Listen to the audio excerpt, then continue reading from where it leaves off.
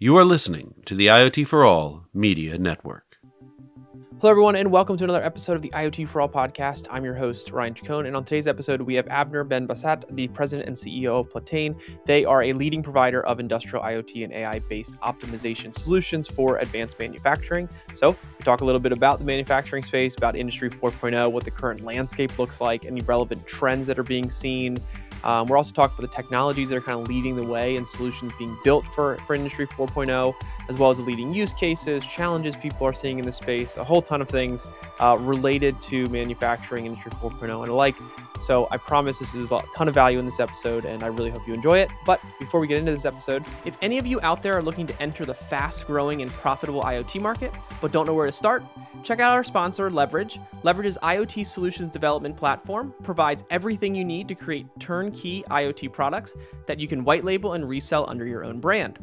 To learn more, go to iotchangeseverything.com. That's iotchangeseverything.com.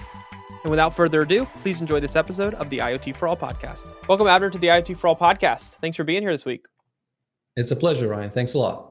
Absolutely. Definitely excited for this conversation. I wanted to kick it off by having you give a quick introduction about yourself, background, experience, anything you think would be relevant for our audience to get a better sense of who they're listening to. Sure, definitely. Again, name is Avner Ben-Bassat. I'm the CEO of Plataine. We're a software company. We specialize in AI and IoT-based software for manufacturing. We'll talk a lot about that today, I'm sure, and about this space. Yep. Personally, my background is math and computer science. Also have my master's from Duke in North Carolina. Oh, fantastic. So on the manufacturing side, talk a little bit more about what you all do as it relates to the services and offerings from an IoT sense. So are you focused on full-scale solutions? Is it more focused on one element of a solution? What is it that you all are kind of building? Sure. So our focus is what we call digital assistants, and these are applications that work in the hands of the production team, the supervisors and staff. Okay. These are applications that deal with, the toughest challenges we see out there today, production scheduling, materials movement and optimization, tooling maintenance, and alike. These are apps in the hands of the users, giving them alerts, predictions, recommendations of how to do a better job, which job to do first, what's the planning cycle, which materials to use, what's the time for tooling maintenance. And we keep giving these alerts and recommendations to them. Now, in order to do all that, we need a lot of data. And data comes to us really from three main sources. One are the systems around us, their ERP, their MES. These systems have a lot of data, but these systems don't really make decisions. They present the data for someone else to make a decision. And this is where we come in. But more importantly, or perhaps as importantly, is the IoT data. Sensors and machines give us a lot of data as to what's actually happening. Then, if we know what was supposed to happen, and we know what is actually happening, and with the AI kicking in, understanding that as well as historical background, we're able to drive these predictions and these recommendations. Fantastic. So let's talk a little bit high level here for a second, because I'm curious to get your perspective on the manufacturing industry, Industry 4.0 in general. Talk a little bit about how you view the current landscape when we talk about Industry 4.0. Maybe it'd actually be good to just kind of define what Industry 4.0 means to some of our audience out there who may be hearing it for the first time. And then just talk a little bit about what the industry kind of looks like from a landscape perspective, any trends you've been seeing, and kind of where it currently stands in your mind. Sure, definitely. So, historically speaking, the term came from Germany and coined as the fourth industrial revolution, driven by data, IoT and otherwise, driven by artificial intelligence and so forth. Broadly speaking, it's clear the manufacturing space has a massive opportunity for improvement in throughput and quality and yields, et cetera. And this is a set of technologies that have come to achieve that opportunity. Now, again, different definitions go wider or more narrow, but that's beside the point. Certainly, we see a lot of hardware, robotics, automation, absolutely. We see a lot of IoT in terms of capabilities to create data. And we see a lot of software. And within that, a lot of AI, et cetera. We come again from the software perspective. And our goal, our mission here, our vision, is to create a factory that is connected, that is digital, that is smart. AI needs data, so hence the need for connectivity. Right. But we're really coming to create a wider or really new approach to how a factory can run that is self-aware, that is learning, and that is really providing the users with these recommendations to streamline the process. But tying back to Industry 4.0, the vision of that really is to create a higher level of productivity in manufacturing. And I think a lot of the vendors out there, and I'm proud to say us included, are really seeing that. Some of this is incremental, points on yield or cost reductions, but really the big impact, which is also making this a strategic necessity for the companies out there, are the top line impact. And that's what we're seeing a lot from within our work, also around us with our partners out there. And when we talk about top line, we talk about higher throughput, we talk about greater flexibility, we talk about faster time to market, or we talk about the ability to deal with all these new headaches coming from the COVID pandemic. Right. I'm sure we can talk about that and more as well. Yeah, I'd be curious to get a better sense. So you mentioned a lot of different kind of high level technologies in there. We talked about obviously the IoT side. We talked about AI. We mentioned there's a lot of different things. Are there any I guess, are there other technologies or more specific technologies that you've seen mature over the last couple years that's really playing a role in helping Industry 4.0 and helping smart factories become a thing more now than probably ever before? Sure. I think we're seeing kind of a perfect storm in the positive sense of the word of a number of technologies. One, certainly IoT. All of us in this space have seen the maturity, robustness of the sensor technology, and also the cost effectiveness of that. A lot of great work by a lot of providers, whether it's data coming off of sensors or data coming off of machines, with machines becoming IoT ready or IoT enabled. So a lot of the legacy machines are either coming out of the cycles or being attached to some layer of sensors. Right. So that's one element really helping us here. The other one is cloud computing. Definitely, in order to process all that data, let alone security and other aspects, we see the maturity of cloud computing. I believe this is a fundamental necessity, in fact. Mm-hmm. And frankly, if 2 or 3 years ago people were a bit hesitant about that, I think today the transition is complete. And if anything, COVID has accelerated that even more. Our ability or need to work remotely, need to digitize and all that. All of us are on the cloud. This conversation is happening on the cloud. And we see more and more companies moving from no cloud a few years ago to we can do cloud a couple of years ago to cloud first as of today. And the third really, and frankly here also sharing our perspective, is the introduction or the maturity of AI, putting all this data to use on the cloud. So data alone in and of itself is a means, and a means to an end. What's the end? The end is higher productivity. And AI is on that critical path to make use of all this data. It's just too much for any of us as humans. And this is where the AI and the cloud computing really complement it so well.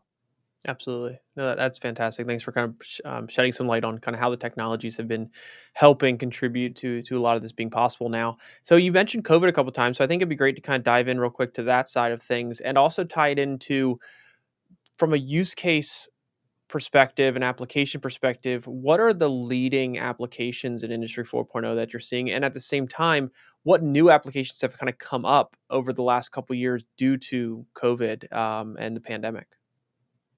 Sure. So, just from our perspective, and our focus is on the production operations, right? How do we run a better shop floor, better production floor, et cetera? The use cases are in many ways, the historical ones: production planning and scheduling, materials and work in process optimization, maintenance of tooling or machinery, HR planning, et cetera.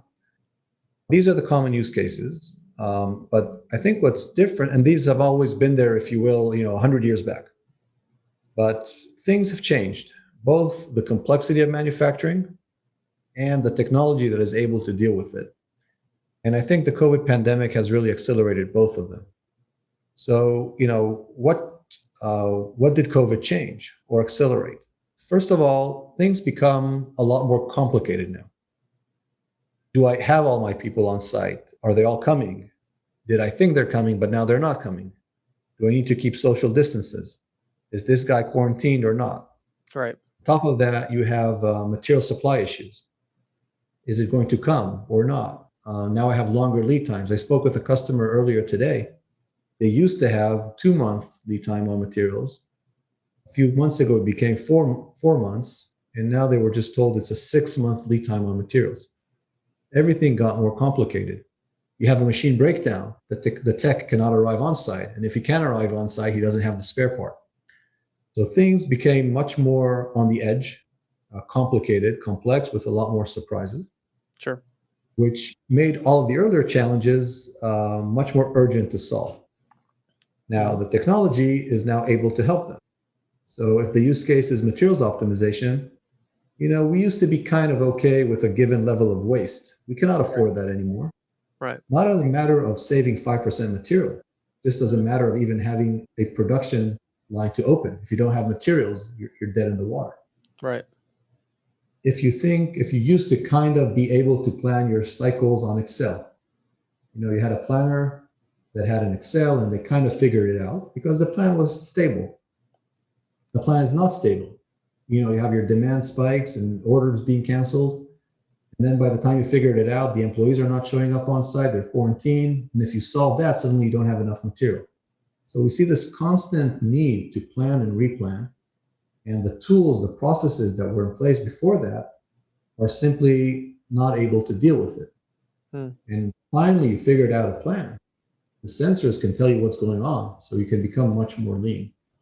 And the IoT data really complements this and allows for a much greater opportunity.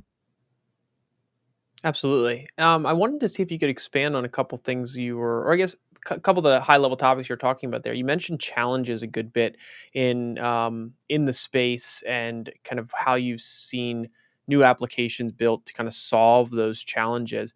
But if we take that out one more step and think more about high level challenges that you're seeing Industry 4.0 face, can you talk a little bit about that? Because we've had a lot of guests on here talk about challenges in a lot of different verticals, a lot of different areas of IoT, everything from stakeholder buy-in to ROI, just the cost perspective of it. Are there any challenges that you see are kind of unique to the Industry 4.0 space as opposed to potentially other areas? Or if not, what are the leading ones that you consistently see come up? Yeah, definitely. I think you've touched upon it. One of the key areas is to demonstrate the value of the project, because there is upfront cost, whether it's in the hardware, the software, or both of them. And that goes on many ways to the, how do you establish an ROI on new technology? But I think what's special about IoT and AI is that people don't always understand the full potential. And by showing them where this can go, we are able to make a much stronger business case. Having said that, the value needs to be demonstrated. What our company does, and we've seen this a lot as a call for action from our customers, they said, we're fine with a proof of concept, a POC. Mm-hmm. That's interesting, but it's not enough. We understand that technology works. What's really important for us is, what does this technology do for us? What is the value for us? And we call it a proof of value, POV. Okay. And then that's what we'd like to aim for with our customers. Not just run a pilot for the sake of kicking the tires, rather run a pilot that demonstrates specific KPIs. And these KPIs have to be consistent with whatever the organization is trying to solve. Yeah. So that's also the answer to your question. When we come to a customer, one of them once told me, the board instructed me just do something with AI. Mm-hmm. I'm like, okay, sure, why not? But what are we trying to achieve here? What are your business pains? Is it higher throughput? Is it reduction of waste? Is it better quality? What are you trying to achieve? Right. And he says, okay, we need to increase our throughput. Okay, fair enough. Let's talk about that. Let's develop the KPIs. If it's us as a vendor or anyone else, okay, how can my technology help you achieve that KPI? let's define that proof of value. Let's execute on it. By the end of it, we're showing, this is the problem. This is how we solved it. These are the KPIs. And with that, the vice president or whoever goes to the investment committee and gets the budget. So it's like any technology investment or any investment at all. But here, I think we're seeing a step function improvement, an order of magnitude improvement that is not always clear from the get-go and must be established through some proper evaluation. Absolutely. I couldn't agree more, especially on your thought on and kind of idea around proof of value as opposed to, proof of concept, and just kind of how most people are thinking about it. The issue I've seen is very similar to kind of what you're experiencing, which is companies are told, hey, do something with IoT. We need to be, in IoT in some capacity or have IoT solutions, but nobody in the company necessarily knows what that means, what it can potentially do, how it can improve the business. And which is probably a reason a lot of the pilots fail in most situations is there's no real clear goals or problem to solve, or even understanding of what the ROI needs to be to make this work and get the buy-in from other stakeholders within the company. But I think it's important for people to understand from what you're saying is that in order for there to be success within an organization when you're installing or implementing new technology like IoT, it's important to be thinking about the clear value and proving that value as early and as quickly and as affordably as possible in order for this to be something that is justified to then scale, which is where everybody obviously sees the value. But if the company you work with does not understand that, or doesn't understand their business well enough to know what they need to improve, what they need to change, then it's kind of a losing battle across the board. Definitely, I agree with you 100%, and that's clearly the way to go. And you also mentioned the need for baby steps. I totally agree with that. So you start with you start with one production line or one work cell, and you work up from there. And as you work up, certainly there are a lot of things to iron out, and by all means, let's do that. Right. You also get an increasing level of buy-in, not just from the executive level. The shop floor buy-in is also critical. Right. If they're not accepting the new system, then it's just not going to happen. And of course, the other side of it, if we talk, from an IoT perspective, people ask me, okay, how far and wide and how many sensors and how many machines should I connect to? And the answer is it really depends on the problem you're trying to solve. Right. So if you're looking for, improved quality and your quality problem has to do with temperature, then by all means, let's put up a sensor network of temperature and let's get temperature off the machines. Mm-hmm. But in that case, I don't need, to measure whatever location. Right. So or friction. So in that respect, yes, it's very critical to be accurate in the problem you're trying to solve and that the data you're collecting in order to solve it. Absolutely. As we're kind of wrapping up here in a second, I wanted to ask you kind of a higher level question. It ties into, I think, a lot of what you have going on. When we think of kind of smart factories, the future of the manufacturing, the factory space, talk to me a little bit about what that looks like and what does it mean to have a smart factory? What are you all doing to contribute to that? And just as the industry as a whole, where is this kind of going? Sure. No, I'm glad you asked that question, because our vision is to have a factory where the data is continuously being collected, but not collected for the sake of collection, collected for the sake of putting it to use. Okay. Now, what does it mean? It means giving people, better visibility of what's going on, using technologies such as machine learning for predictions. And if I'm predicting something bad is going to happen, I want to give you an alert, give you a warning. This job is going to be late. This machine will fail. This part will have a quality issue. That is already a step above most operations today, which are very reactive. Now we're very predictive. But at the top of this, we envision a factory where the technology is not just predicting problems, it's also solving problems. Sure. So instead of just saying, hey, Ryan, this job is going to be late, you're going to say, okay, thank you very much, but what do I do about it? Right. And we'll say, don't worry, take job number 1, do it before job number 2, take it to machine number 5 and use material number 7. Okay, thank you very much. Why don't I do that? Now, in many cases, you won't even know you had a problem. you're just getting these continuously updated recommendations and alerts. And what we envision here is kind of a control tower concept. Continuously assesses the events of the factory, data streaming from IoT, data coming from people, data coming from outside systems, changes in temperature, change in location, a delayed job, a missing part, a failed machine. So this data keeps coming in. The AI understands it really as in terms of what's happening right now. The AI predicts what's going to happen, raises the alert, but really takes the action. But the action in of itself triggers more action. If I just change the schedule, then I need to reallocate materials. And if I reallocated materials, maybe I need different tooling. And if I need different tooling, maybe we need to change the maintenance cycle. And all of that, it has to be orchestrated and coordinated. So when we reach that level, and this is not a pure software play, this is a man-machine team element, where the software takes care of all the mundane stuff, the routine stuff, but also escalates the exceptions to the users. At that point, the users do the really value-add stuff. And as a team, they work much better together. So that's where we see this going.